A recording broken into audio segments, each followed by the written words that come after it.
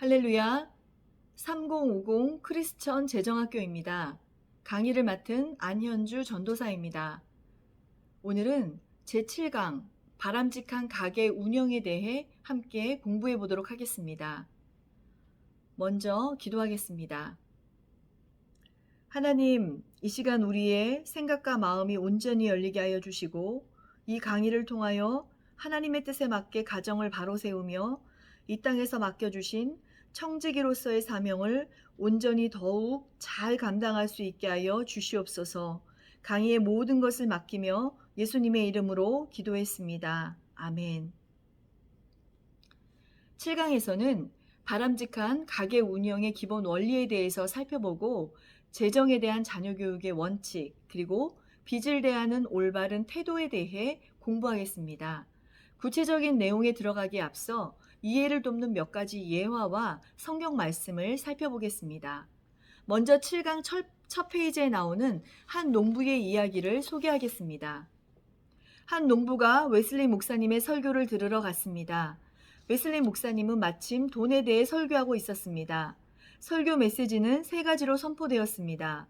첫째, 그대들은 할 수 있는 만큼 돈을 많이 버십시오. 농부는 옆 사람을 툭툭 치면서 말했습니다. 저분은 속에 무엇이 있는 분이야. 아주 훌륭한 설교구만. 둘째, 할 수 있는 만큼 저축하십시오. 농부가 다시 흥분해서 말했습니다. 그렇지, 그렇고 말고. 저축해야 잘 사는 법이지. 역시 웨슬리 목사님은 달라. 그리고 셋째, 할 수 있는 한 모든 것을 남을 위해 쓰십시오. 남에게 주라는 말씀에 농부는 안색이 변하여 이렇게 말했습니다. 저런저런 한심한 설교 같으니라고. 잘 나가다 망쳤구나. 여러분이라면 웨슬리 목사님의 설교 세 가지 주제에 대해 어떤 반응을 보이시겠습니까? 마틴 루터는 인간의 회심에는 세 가지 유형이 있다고 했습니다. 가슴의 회심, 정신의 회심, 돈지갑의 회심입니다. 그리고 요한 웨슬레는 돈지갑이 회개하기까지 당신의 회개를 믿지 않겠다라고 말했습니다. 돈지갑의 회심이란 신앙에 있어 가슴과 정신의 회심 못지않게 구체적인 삶 속에서 이루어지는 행동의 회심이 중요하다는 것입니다. 즉, 단지 알고 이해하여 입과 가슴으로만 회개하는 것은 참된 회개가 아니라 그것을 행함으로 옮길 수 있는 결단과 실천만이 참된 회개라는 의미입니다. 그러나 한 농부의 예화에서도 알 수 있듯이 우리의 삶 속에서는 돈지갑의 회심이 제대로 이루어지지 않고 있습니다. 그 이유는 하나님의 뜻과 목적을 이루기 위해 돈을 쓰는 것을 값비싼 희생으로 인식하기 때문입니다. 즉, 자신이 가용할 수 있는 재원은 한정되어 있는데 이를 교회와 타인을 위해 사용하라는 것을 불합리하다라고 생각하고 있는 것입니다. 그러나 이러한 생각은 그리스도인에게 있어 버려야 할 잘못된 생각입니다. 그리스도인은 발상의 전환, 관점의 전환, 행동의 전환이라는 삼각형의 세 변이 균형을 이루어야 합니다. 그것은 재물의 공급자를 유한한 자신으로 상정하지 말고 무한한 하나님으로 상정하는 발상의 전환에서 시작합니다. 그리고 재물에 대한 하나님의 영역과 인간의 영역을 구분하는 관점의 전환이 이루어져야 합니다. 즉, 재물의 소유자는 하나님이며 자신은 그 재물의 관리를 위임받은 청직이라는 자기의 정체성이 분명히 확립되어야 하는 것입니다. 이를 통해 돈은 자기 안위나 자기 만족을 위한 수단이 아니라 나눔과 섬김의 수단으로 인식할 수 있게 되는 것입니다. 그리고 이러한 발상의 전환, 관점의 전환을 통해 물질적 소유에 대한 분명한 행동의 전환이 이루어져야 합니다. 바로 발상의 전환, 관점의 전환, 행동의 전환이 상호 균형을 이룰 때만이 우리는 돈으로부터 지배를 받지 않고 하나님의 청지기로서의 그 역할을 수행할 수 있습니다. 두 번째 예화입니다. 교재 38페이지입니다. 한 경제 칼럼에 부자 부모와 가난한 부모의 차이점이 실려 있어 소개해드립니다. 다음의 기준을 가지고 자신이 대체로 어디에 속하는지 가벼운 마음으로 한번 체크해 보시기 바랍니다. 첫째, 경제 지식에 열려 있다. 경제 지식에 닫혀 있다. 둘째, 투자에 겁을 내지 않는다. 사치품에 겁을 내지 않는다. 셋째, 적금을 중도에 깨지 않는다. 적금을 중도에 깨기 일수다. 넷째, 성공적인 사람들과 친하다. 실패한 사람들과 친하다. 다섯 번째, 돈을 잃었을 때 자신을 탓한다. 돈을 잃었을 때 세상을 탓한다.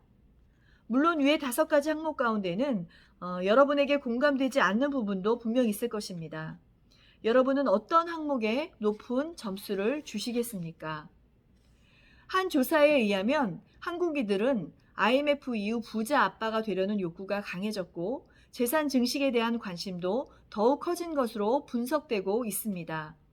부자가 되는 것은 지극히 성경적인 요구요, 예수님의 명령이기도 합니다. 문제는 부자가 되는 것은 좋은 일이지만 과연 어떤 부자가 되어야 하는가 하는 점입니다. 만약 부자라는 것이 물질적인 가치 척도로 개념 지어지는 사회라면 그리스도인은 이러한 개념의 부자가 되는 것을 단호하게 거부해야 합니다. 이와 관련하여 모 재벌 그룹이 임직원 100명을 대상으로 실시한 설문조사 결과 과반수의 사람들이 돈이 많은 사람보다 돈은 적지만 자신이 하고 싶은 것을 자유롭게 하거나 타인에게 베풀고 나눌 줄 아는 자를 부자로 꼽았습니다. 이처럼 부자라는 개념은 돈을 척도로 단순하게 개념 지을 수는 없습니다. 그것을 보는 관점에 따라 상이한 의미로 이해될 수 있기 때문입니다. 더욱이 부라는 것이 언제나 행복을 가져다 주는 것이 아님을 깨닫게 된다면 부자에 대한 기독교적 개념 정립은 반드시 필요합니다. 이제 말씀을 통해 한번 살펴보겠습니다. 교재 39페이지 말씀과의 만남입니다. 잠언 31장 13절에서 31절까지 읽어보겠습니다. 그는 양털과 삼을 구하며 부지런히 손으로 일하며 상인의 배와 같아서 먼 데서 양식을 가져오며 밤이 새기 전에 일어나서 자기 집안 사람들에게 음식을 나누어 주며 여종들에게 일을 정하여 맡기며 밭을 살펴보고 사며 자기의 손으로 번 것을 가지고 포도원을 일구며 힘있게 허리를 묶으며 자기의 팔을 강하게 하며 자기의 장사가 잘 되는 줄을 깨닫고 밤에 등불을 끄지 아니하며 손으로 손뭉치를 들고 손가락으로 가락을 잡으며 그는 곤고한 자에게 손을 펴며 궁핍한 자를 위하여 손을 내밀며 자기 집 사람들은 다 홍색 옷을 입었으므로 눈이 와도 그는 자기 집 사람들을 위하여 염려하지 아니하며 그는 자기를 위하여 아름다운 이불을 지으며 세마포와 자색 옷을 입으며 그의 남편은 그 땅의 장로들과 함께 성문에 앉으며 사람들의 인정을 받으며 그는 배로 옷을 지어 팔며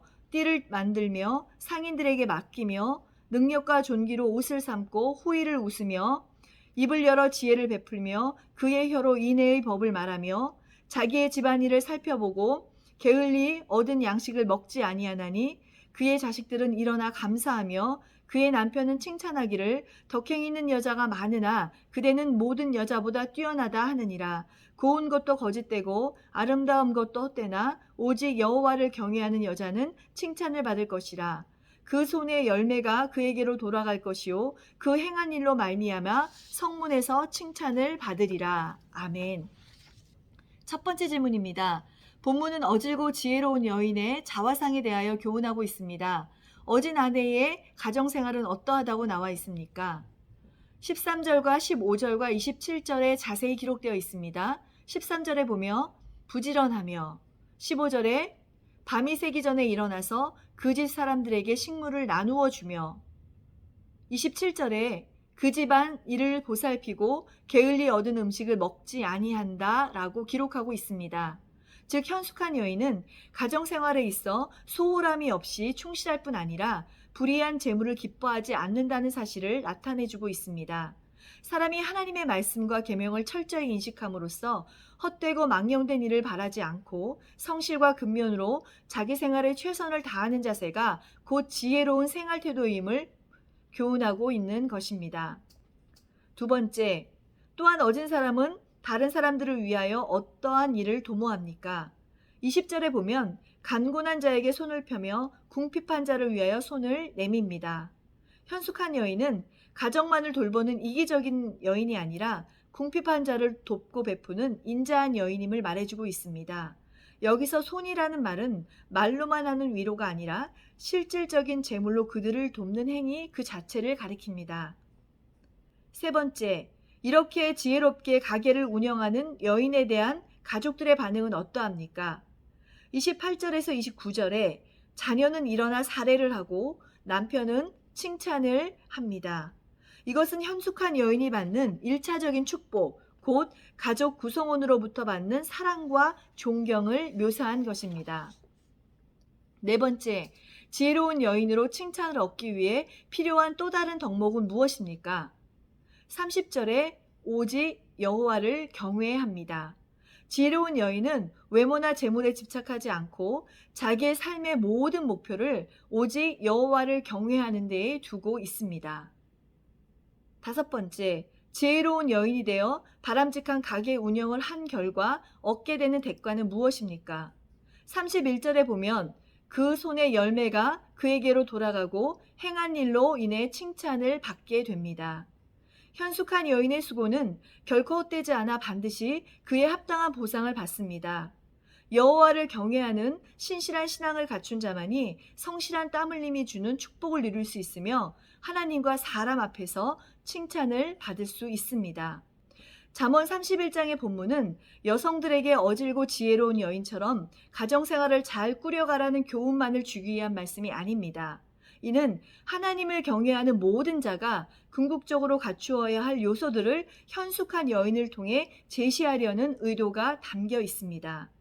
하나님을 경외하는 현숙한 여인의 삶과 나의 삶을 비교할 때 나에게 부족한 부분은 무엇인지, 과연 나는 선행과 부지런함 그리고 성실함으로 가족과 이웃을 돌보는 삶을 살고 있는지, 하나님을 모르는 무지와 불의의 세상 속에서 나는 하나님을 경외하며 살고 있는지 깊이 묵상해 보시는 시간을 가지시기 바랍니다. 이제 바람직한 가게 운영에 대해 구체적인 내용을 살펴보겠습니다. 이 부분에서는 가게 운영의 기본 원리와 그리고 자녀 용돈 관리의 10계명 그리고 빚을 대하는 태도, 이렇게 세 가지로 나누어 살펴보도록 하겠습니다. 첫 번째, 가게 운영의 기본 원리입니다. 수많은 가정들이 돈으로 인해 갈등과 불화, 어려움을 겪고 있습니다. 부부의 69%는 돈 문제로 갈등하고 일부는 이혼하는 사례도 있습니다. 그러므로 지혜롭고 합리적인 운영을 하는 일은 가정의 행복을 유지하는 아주 중요한 토대가 됩니다. 성경은 우리가 지켜야 할 삶의 우선순위에 관해 분명하게 가르쳐주고 있습니다. 삶의 최우선순위는 하나님, 두 번째 우선순위는 가정, 세 번째 우선순위는 일입니다. 그러나 우리의 삶에는 이러한 우선순위가 잘 지켜지지 않을 때가 많습니다. 그 결과 우리의 삶은 돈을 지배하고 다스리지 못하고 오히려 돈이 초래하는 각종 문제들로 인해 심각한 갈등과 불화, 어려움을 겪게 됩니다. 그렇다면 그리스도인들은 돈이 초래하는 불신과 갈등의 요소들을 어떻게 극복할 수 있을지, 이에 대한 실천적인 지침 세 가지를 알아보도록 하겠습니다. 첫 번째, 서로 대화하고 상의하십시오. 부부는 돈 문제에 대해서 늘 상의해야 합니다.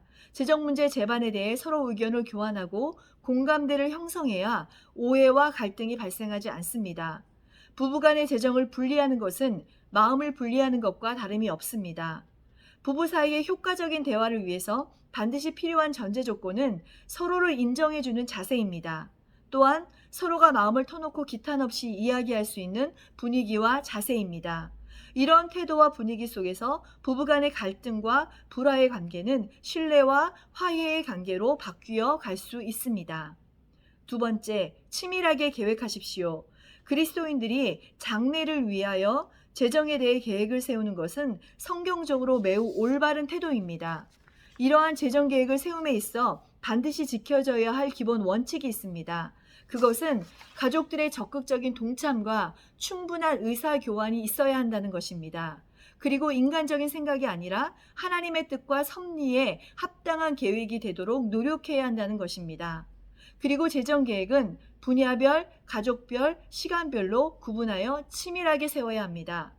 분야별 지출 계획은 개인, 가족, 다른 사람, 교회 생활 등을 위한 지출 계획입니다. 가족별 지출 계획은 가족 구성원별 수입과 지출 계획을 세우는 것입니다. 시간별 지출 계획은 현재 및 미래의 수입을 주간별, 월별, 분기별, 연별 단위로 분배하는 것입니다. 이때 잊지 말아야 할 것은 가정의 재정 계획을 세움에 있어 자신의 주어진 몫에서 교회와 타인의 몫을 구별할 줄 알아야 한다는 사실입니다. 가정의 재정 계획 속에는 하나님에 대한 사랑과 이웃에 대한 사랑이 포함되어 있어야 하기 때문입니다. 세 번째, 주기적으로 체크하십시오. 가계 운영을 주기적으로 체크하는 대표적인 예가 가계부입니다.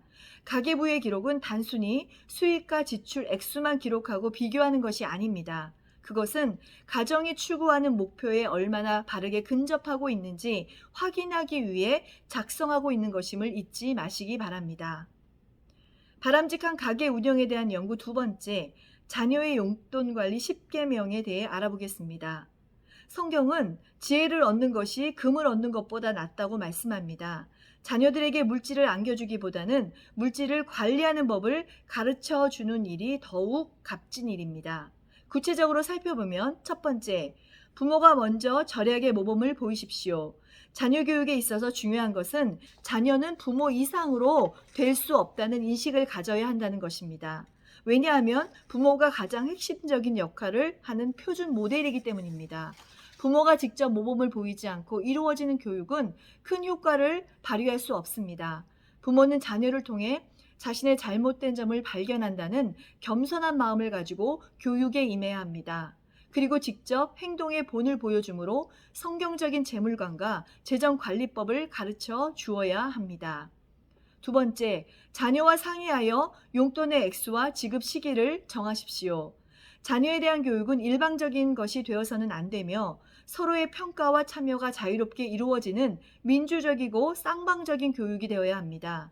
이를 위해 모든 교육과 재정 계획은 자녀와 상의하여 이루어져야 합니다. 그러나 자녀의 의견을 충분히 수용한다고 해서 기본 원칙을 무시해서는 안 됩니다. 다음에 3번부터 8번까지는 자녀의 용돈 관리에 있어서 철저히 지켜져야 할 기본 원칙들입니다. 세 번째, 스스로 용돈에 대한 계획을 세우게 하십시오. 네 번째, 특별한 일이 아니면 정해진 용돈 외에는 단호히 거절하십시오. 다섯 번째, 성적 향상의 대가로 돈을 주지 마십시오.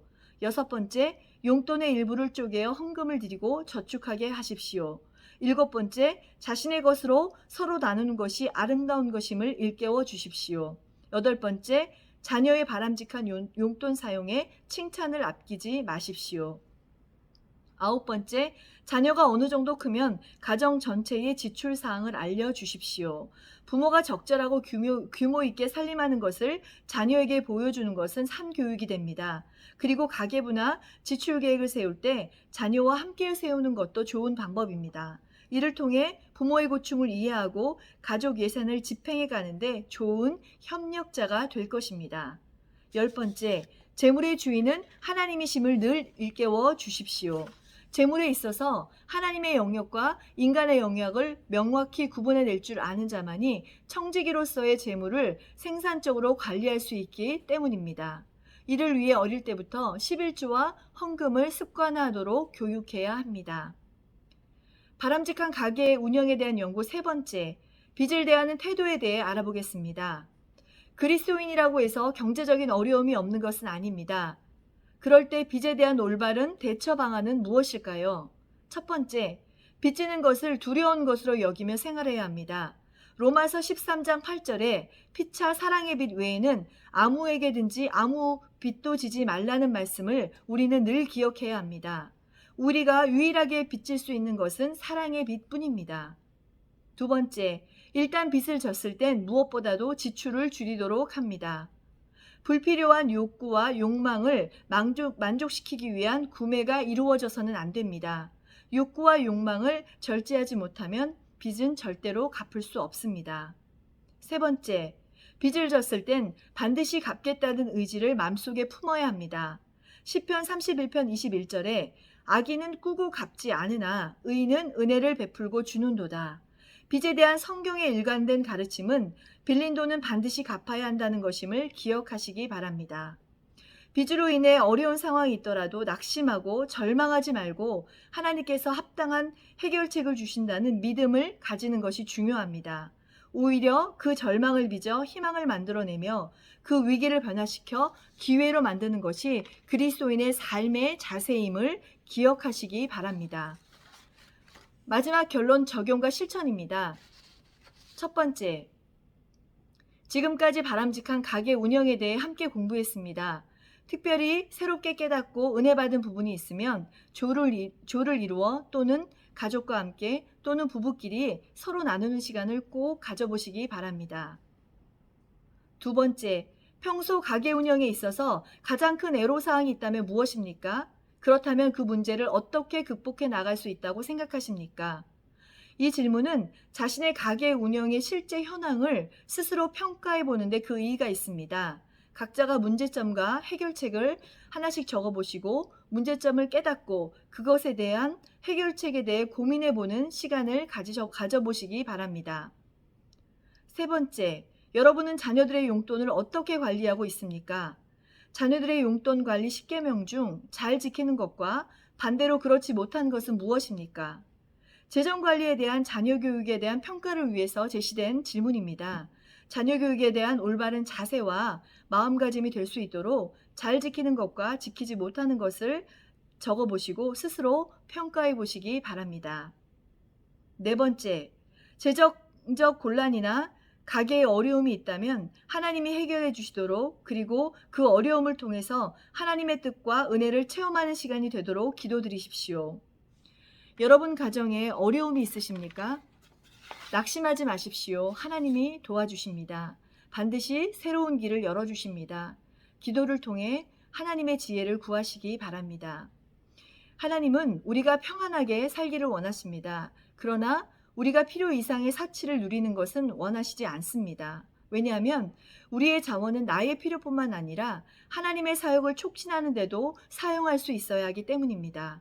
이번 강의를 통하여 자신의 모든 재정적 동기를 평가하고 그것이 자신에게 필요한 것인지, 자신의 분수에 합당한 것인지 다시 한번 점검하시는 좋은 기회로 삼으시기를 바랍니다. 이상으로 제7강 바람직한 가게 운영 강의를 모두 마치도록 하겠습니다. 수고하셨습니다.